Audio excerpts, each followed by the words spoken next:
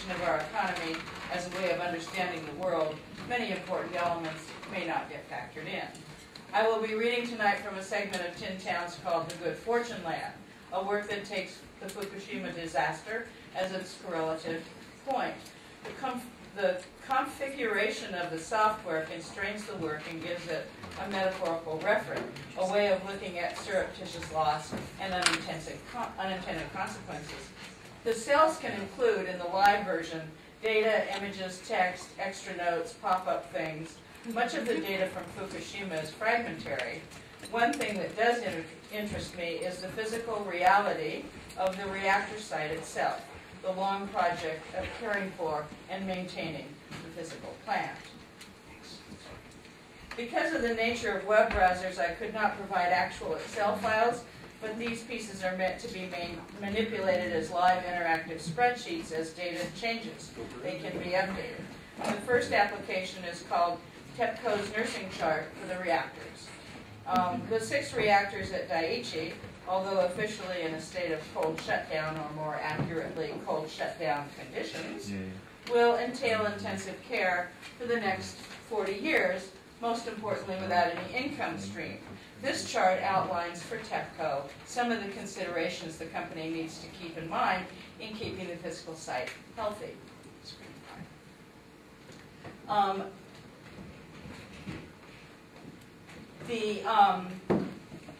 think we should go to, so this is what, could you scroll down a little?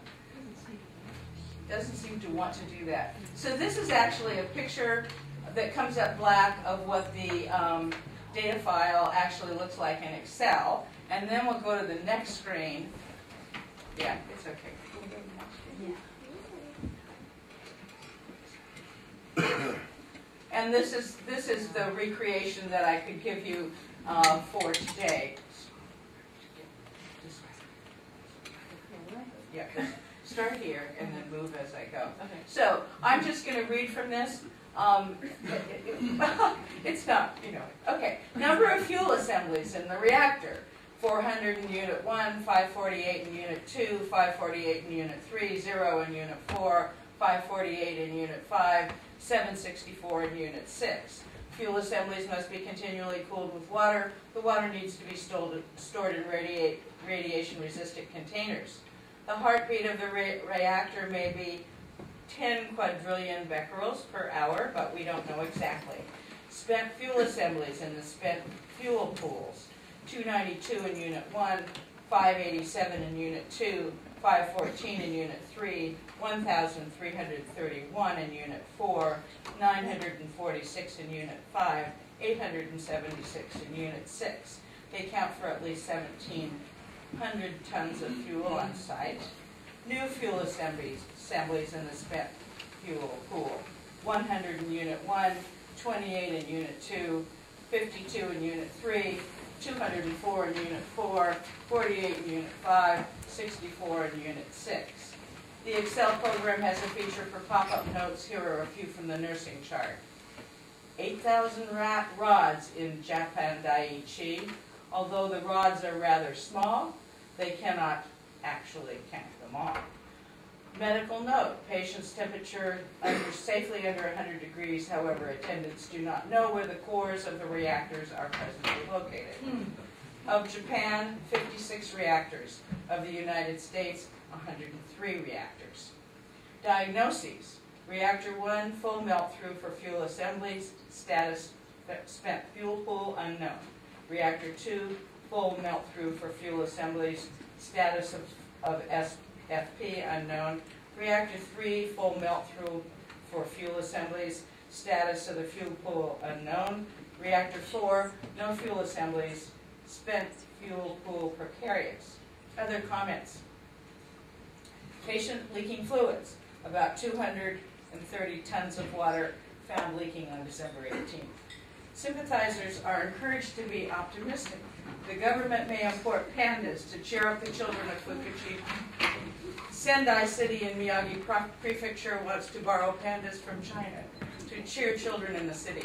So the vice mayor of Sendai visited the Prime Minister Noda on December 22nd with 2 TV celebrities to press Noda to ask her what panda loan when he visits China on December 25th. Kondo says the money will come from donations that his office has collected from citizens for the people in disaster-affected areas. Further away, as much as 20 million tons of debris from the accident is estimated to have washed out to sea when the tsunami struck Japan in March. Now the first traces are appearing on the other side of the Pacific Ocean, on U.S. and Canadian shores. These patients are not contagious. Japanese officials and concerned agencies agree. Dr. Shunichi Yamashita has maintained that the effects of radiation do not come to people that are happy and laughing. They come to people that are weak-spirited, that brood and fret.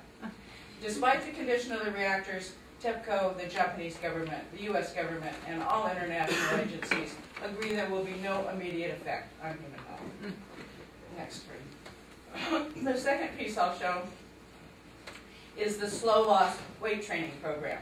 This is an exercise program chart designed to provide a long-term view of radiation reduction in soluble, digestible nuclides in the plant and the atmosphere. And as you can see here, it goes very good. Strontium, 28 years, general and GI absorption 30%. Cesium, 30 years, 100% absorption. Promethium, cerium, ruthenium, zirconium, strontium, 51 days, 30%, only 30% absorption. Ruthenium, niobium, cerium, barium, 12.8 days, 5% absorption. Iodine 131, 805 days, 100% absorption. Plutonium, 24,480 million years of a half-life, and only 4% absorption. Plutonium 239, 24,100 years half-life, and only 0.04% absorption. Uranium 238, 4,468 billion years, 0% absorption. As can be seen, these are healthy numbers, posing no danger to human life. However, do not try to cook these at home. Other comments include expected uranium-238. Now the Fukushima accident is no longer news. I think you can go to the next one. With the cold shutdown announcement, the media, which have barely covered the event all year, have moved on. Fukushima didn't even get listed in the notable news events of 2011 on Google. In the meantime, the structures are deteriorating. The tent that was to cover the skeletal damage of Unit 1 is sagging and buckling. The catwalks are collapsing. Reactor number 3 is a pile of rubble.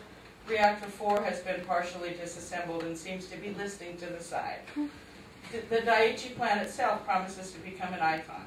Whatever effects are finally revealed about the melt-throughs, the physical place will age and decay, a monument in the history of technology.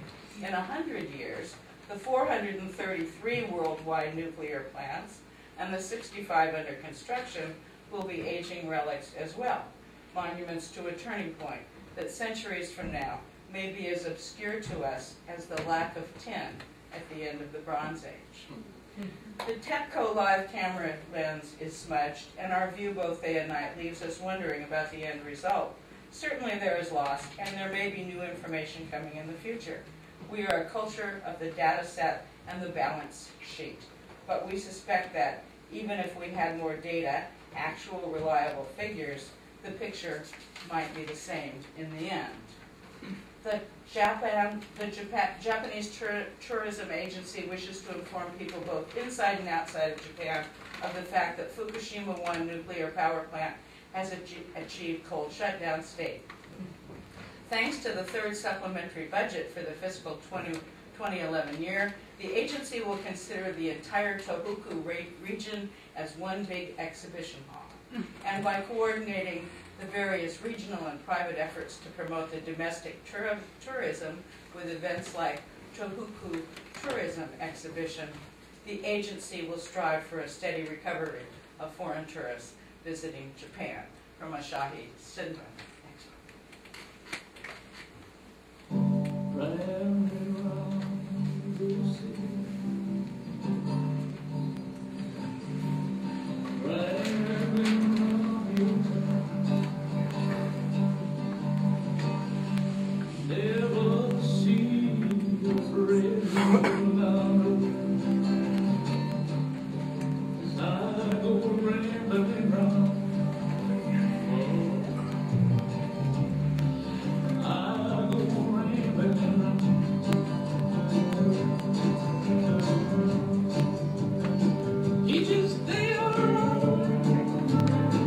Thank you very much.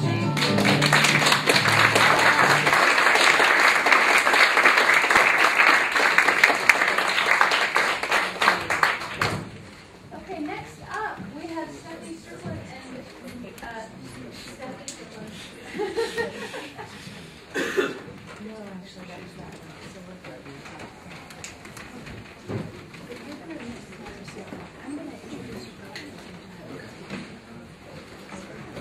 So we have Stephanie Strickland, and she is going to read on her own. She's also going to read with the Mod course, and I'm going to introduce them both together. Stephanie Strickland has written many prize-winning print and hypermedia works. Her most recent book, Zone Zero, includes 2 interactive poems and a CD. In 2011, she wrote a poetry generator, Speech by the People Mod form. Her next book, Dragons and Readings, will appear in 2013. She's also director of the Electronic Literature Organization, and she is also an editor of the Electronic Literature Collection. And Nick Contour. You find these services? Nick Contour is Associate Professor of Digital Media at MIT, and he's President of the Electronic Literature Organization. He develops text generators in interactive fiction and is now completing a book, 10 Print, which is a collaboration with 9 other authors about a one-line Commodore 64 basic program.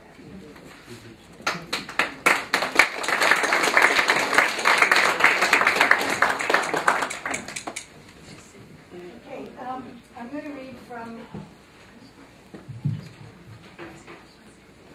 okay, you can hear me, right? Can you hear me? Yes, better? Okay, I'm going to read from the Ballad of Sand and Harry Soot, and then Nick and I will read from our poetry generator. All flesh, human, animal, or plant, and most paper and ink are made from carbon or soot. Harry Soot is their avatar. Sand is the silica used to make the microchips that computers are based on physically.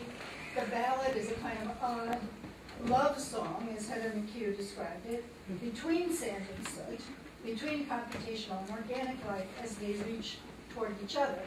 The ballad appears twice in this print book, Zone Zero.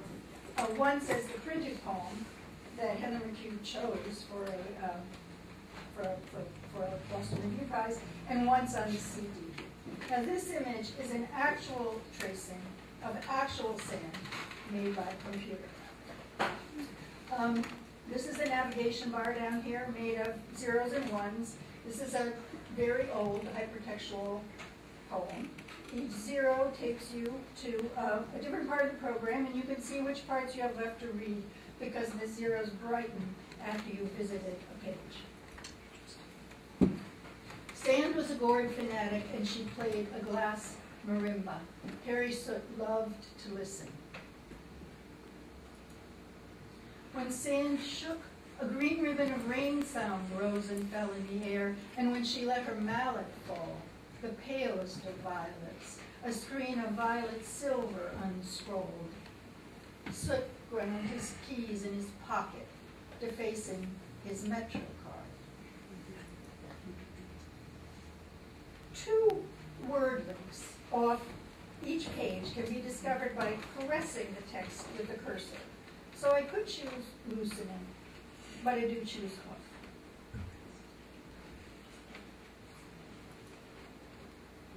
Harry Soot is that kind of guy. Despite his lust for line, despite a savvy sense of what goes down around such light, Harry Soot is attached to his memory lines. Crow's feet crinkle, scar arroyos, worry furrows, rise, sag, time written in skin, in bone, in blood. Chemical peels do not appeal to him, nor implant chips. Wait until he gets sick. Sand's unbelievable memory, learned, of course, not lived. So I could choose lived, but I will choose memory. Harry Soot was a handsome man, woody and gaunt, a blue-eyed boy. Sand. Well, sand was hard to say. Some saw horns, some saw slide bars, all saw pointers, but acknowledged them diversions. A dragon, perhaps, or a dragon meditation. It could choose meditation, I do choose dragon. And in here, in this, on the screen, I could choose music, but I do choose sea or something. So there really are 4 ways to leave any page. On this quill page, I could simply pick a 0 in the navigation bar.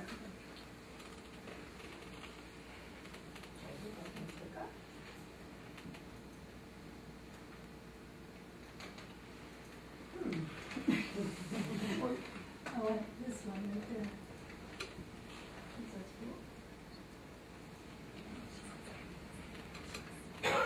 cool. I think we're No, we're not. That one.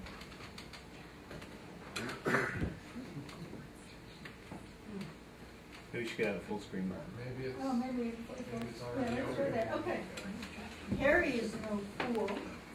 Harry Soot is shrewd. Harry has allergies and moods. Harry lies. He can't help it. Harry has structure, genes, and grammar. Harry is a detective, but he can't find an answer. Harry is violent and violently quiet. Sam is Sam. Now, I want to go back a screen, because we don't have to leave the browser. Okay. So, I can pick that 0. I can read, I could click on the image itself. Sand's relation to dream bears repeating. Was it mentioned? Not necessarily Harry's.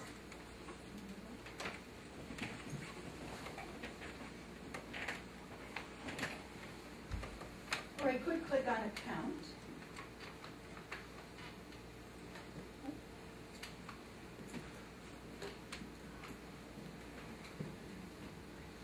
We don't seem to be getting our image. So I'm very sad here. Going with that. Or is it still loading?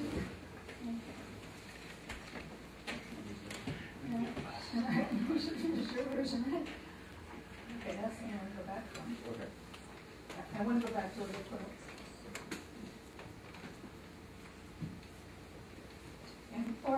Or I could click on died.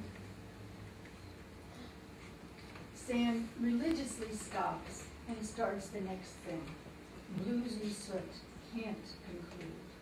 And in this kind of work, there is no evident end, but we can enter the poem a lot of different ways. In this case, through the images.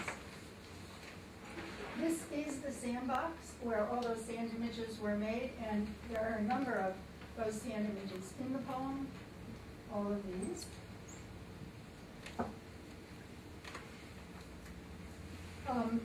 So this is the computer, which is turning the motor, which is driving the magnet that attracts that little steel ball that makes those images. And another set of images in the piece are by Alex Howner. He did 4 of these, and that was the image we didn't see before. These are images that are made where he's inverting our understanding of internal and external environments. So large orthogonal built objects like radio towers and skyscrapers are reimagined to represent organic living beings. So this is radio towers as DNA strands. And this image, which is the one we didn't get before, which I really hoped that we would see, and I don't think you can see it very well here. But these actually, they look like microbes, but this is actually the island of Manhattan, which has been photographed to look like a microbe, envisioned as a microbe. And I've never had trouble seeing them before, so I think you won't have any trouble if you try to see these online. So now I'm going to move from this island to the sea, and Nick and I will introduce sea and spark between.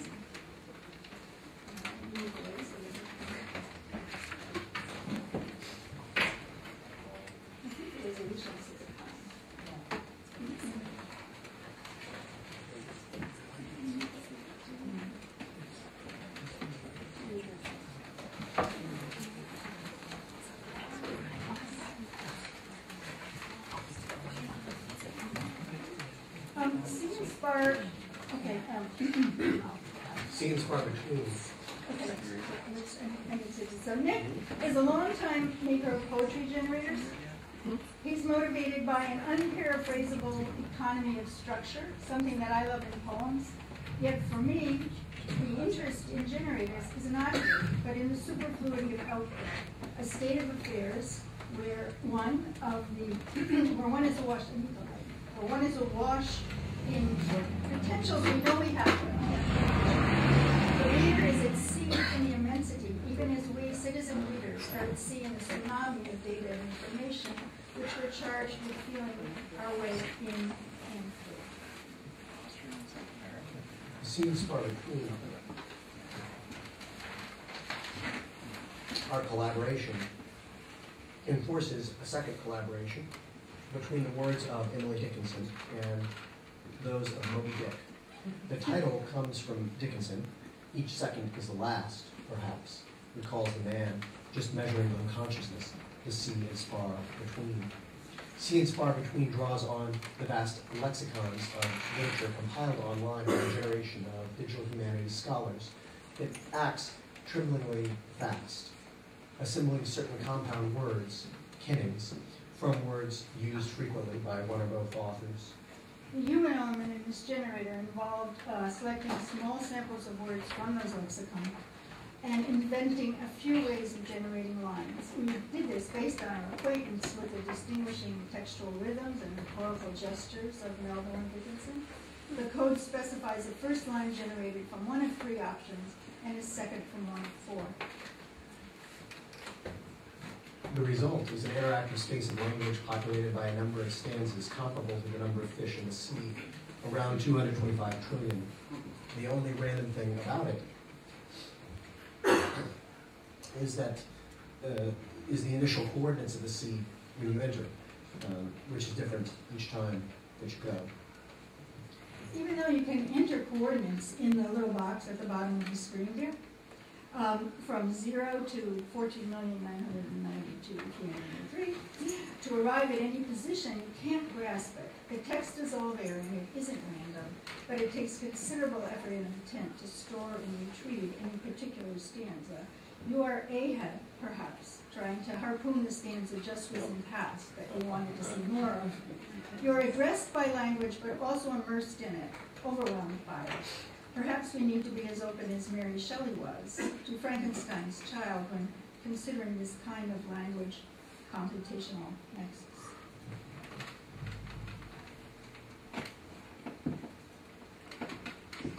How to withstand the plotwood course, nailed to the desk, steady, paradise, easy. Turn on, priceless, walk and leave. Turn on, nailed to the sash. One dust, one grace, turn on, but needless is the sea. Reel on, priceless, walk and leave. Reel on, nailed to the sash. You too, priceless, walk and go. You too, kneel to the room. One dust, one grace, one house, one hand. Another, morning. How to withstand the web plot course. Whirl on, priceless, turn and move. Whirl on, nailed to the sash. One dust, one grace, one house, one sight.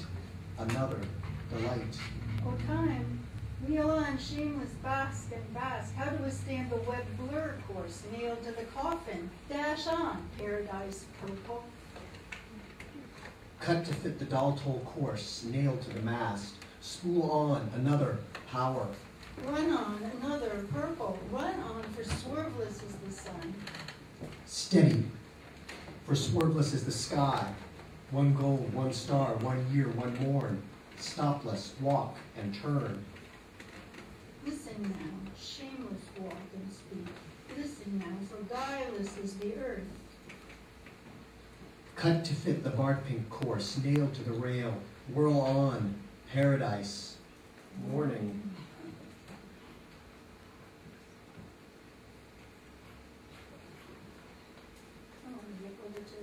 You want to enter some numbers here? Let's do this.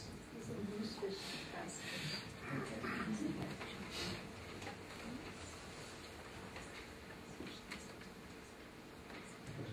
Turn on, another, father, turn on, nail to the sash.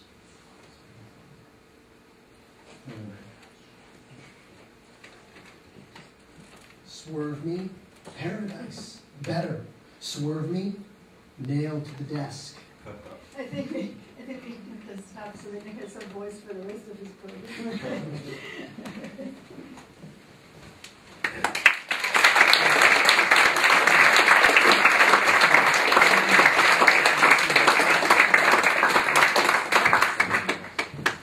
All right, I'm going to tell you, if I can, about another poetry generator that I developed. This one independently, not at first in collaboration, and it's called Taroko Gorge, and I wrote it in Taiwan at Taroko Gorge, which is the Grand Canyon of Taiwan, and I thought that since many people had written poetry about nature, why not write a poetry generator, a boundless poem about nature in the same way. I don't go off and write nature poems about a lot of different things, but I do write poetry generators about a lot of different things, and I thought I would try this out. Why not do this? And so I developed this form that describes, to me anyway, and helped me to shape the writing of this, based on going through these tunnels at Taroko Gorge National Park, walking along paths and stopping to look at things. And the result reads something like this. Stone exercises the rocks, heights sweep the vein, track the objective driven, the crags exercise the rippling, shapes hum, the crags rest, forest roams the cove, progress through the cool, layers sweep the rippling, basins relax, brows relax, stone roams the vein. Run the dim, shape exercises the veins, basins dream, the crags dream, stone roams the coves. Run the fine, straight, clear, layer frames the ripplings, shapes relax, shapes hold, heights exercise the stone. Now, I don't know if this is effective as a boundless nature poem, as a representation of the process of walking through the park and of nature, but one thing that I did find is that people like to rip it off. And it turns out that before long, people had taken this generator Taroko Gorge and replaced my text with writing of their own in different ways, sometimes changing the code, sometimes leaving it the same. If you're a great poet like Jim Anders, people will improve your code for you, and then they'll leave your language and they'll also translate it to Finnish. But if you're me, they'll just rip out all the text that you wrote and put something else there instead. And so what you have are all of these different projects that individuals around the world undertook because they were very, very naughty. And some of them, in fact, were particularly naughty because they were works of fan fiction. And two of the authors of those projects are here, and I'd like to call them up to be blamed for what they did. So Mark Sample, if you come up to read some of your generator, Kathi George. Thanks. So this goes on and on forever, like Star Trek, like Gorge. And I was playing with the idea of George Takei, who has kind of had a second life as a cultural icon recently. And basically, most of the text is taken from his Wikipedia biography and his own personal promotional site. And he's had a fascinating life.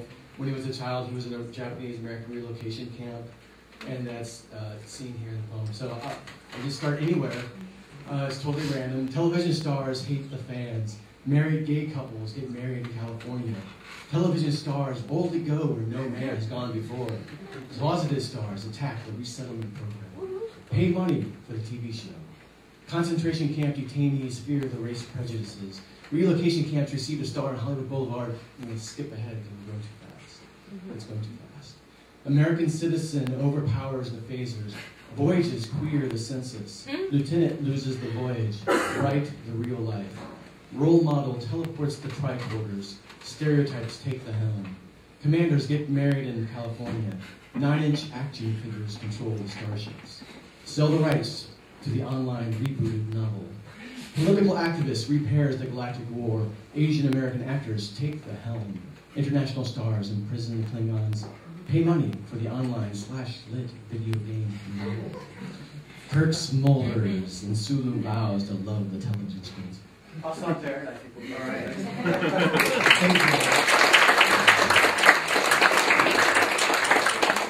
And if that wasn't bad enough, we have another one called Fred and George by Flourish Clink. So this takes a little explanation, which is you have to understand in the Harry Potter fan fiction world, there's a genre of fan fiction which is called twincest, and which is exactly what it sounds like. So I give you Fred and George with no further commentary.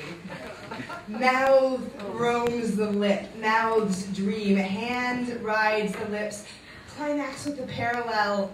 Wands stroke the brow, mouths love, fingers roam the mouths, love the redhead, beloved matching ginger. Taboos reveal the hand, mouths tingle, fingers tingle, mouth comforts the thighs. Capture the beloved ginger. Wizard reveals the mouths, lips linger, lips love, wand strokes the hands. Capture the sweet redhead parallel.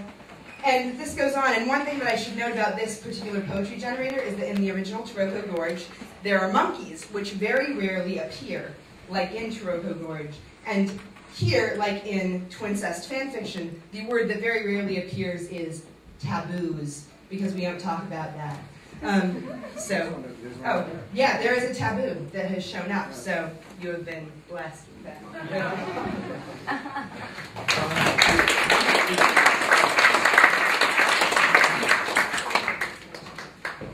All right, and there's actually one more work of fan fiction that I want to read for you very quickly. It's written on the most constrained digital platform that I've ever written for. And it is fan fiction. Rig the die now, rig the die now, rig the die now, rig the die now, rig the die now, rig the die now.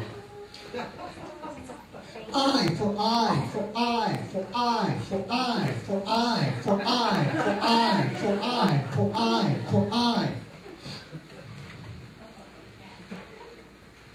War, set off the war, set off the war, set off the war, set off the war, set off the war, set off the war, set off the war, set off.